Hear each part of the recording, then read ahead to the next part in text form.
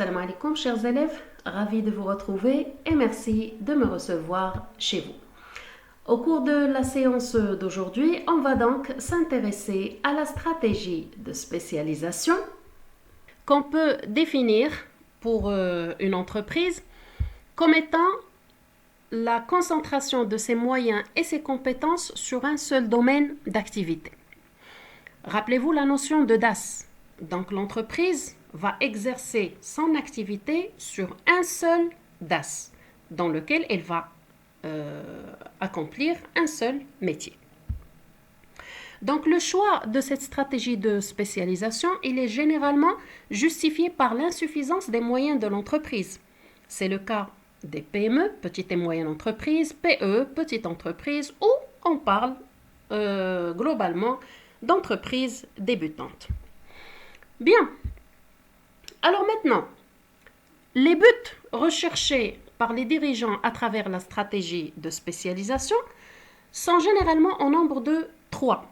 Premièrement, le dirigeant cherche à maîtriser un métier solide qui va lui permettre de dégager des avantages concurrentiels et donc de développer une taille critique, c'est-à-dire la taille minimale qui va lui permettre, par exemple, d'intégrer de nouveaux DAS ou bien de nouveaux métiers.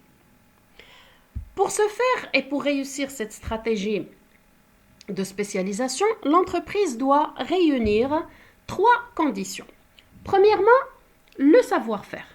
Donc, elle doit avoir de bonnes connaissances, de bonnes compétences lui permettant d'exercer son métier.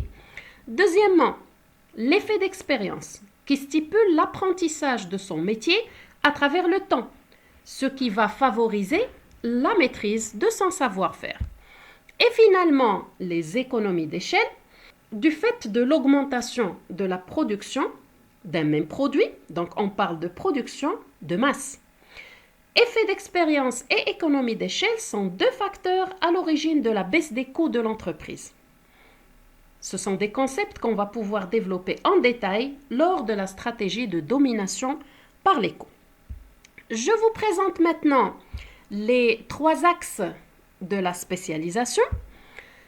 Et donc, on parle de stratégie de développement de produits, stratégie de développement de marché et stratégie de focalisation. Je vais vous développer chaque stratégie à part dans les textes d'examen. Alors, la stratégie de développement de produits, elle signifie tout simplement que l'entreprise va lancer un nouveau produit, mais attention, c'est toujours dans le même DAS. Ça concerne le même type de produit. Je vous donne l'exemple d'une entreprise qui fabrique des shampoings. Donc, le premier jour, elle a commercialisé juste un produit concernant les cheveux normaux. Avec le temps, avec le développement de son activité, elle peut répondre à la demande exprimée sur le marché en lançant d'autres types de shampoings, et je dis bien toujours des shampoings, par exemple, shampoing pour cheveux gras, shampoing pour cheveux secs, shampoing pour cheveux colorés, et ainsi de suite. Ça reste toujours des shampoings. Donc, on parle de ce qu'on appelle la politique de gamme. C'est lorsque l'entreprise va pouvoir commercialiser plusieurs types de produits sous le même nom. Mais en parlant de développement de produits, il s'agit toujours d'un même DAS, je répète, et d'un même type de produit. Deuxième stratégie, c'est la stratégie de développement de marché, à travers laquelle l'entreprise va viser la conquête de nouveaux marchés. Alors, comment il va pouvoir conquérir de nouveaux marchés tout en restant dans le même DAS? C'est tout simplement en essayant de vendre le même produit dans de nouveaux marchés. Le premier jour, peut-être l'entreprise commercialise son produit juste au niveau de la ville, au niveau local. Après, elle peut vendre le produit dans les régions, dans les périphériques de la ville, et on parle de marché régional. Si le produit commence à être vendu dans plusieurs villes, on parle de marché national. Sachez que dans ce cas, on évoque ce qu'on appelle l'élargissement de l'étendue géographique de l'entreprise. Ceci dit, l'entreprise peut quand même, dans un niveau supérieur, exporter son produit vers l'étranger et on parle dans ce cas de marché international. Concept qu'on va développer lors de la stratégie d'internationalisation. Alors maintenant, le troisième axe de la spécialisation, c'est donc la stratégie de focalisation. Focalisation qui veut dire concentration sur un petit élément. Et dans ce cas, l'entreprise a la possibilité d'agir de deux manières.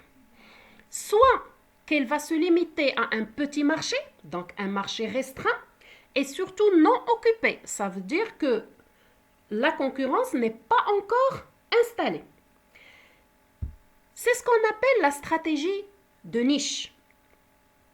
Deuxième possibilité, c'est lorsque l'entreprise va se concentrer et va réserver son produit à une clientèle spécifique. Et dans ce cas, on parle de stratégie de créneau. Bien. Pour terminer, on va faire une petite analyse de cette stratégie de spécialisation à travers les avantages et les limites. Sachez dès maintenant que chaque stratégie évoquée dans votre examen sera suivie d'une autre question dans laquelle on vous demande au moins un avantage et une limite.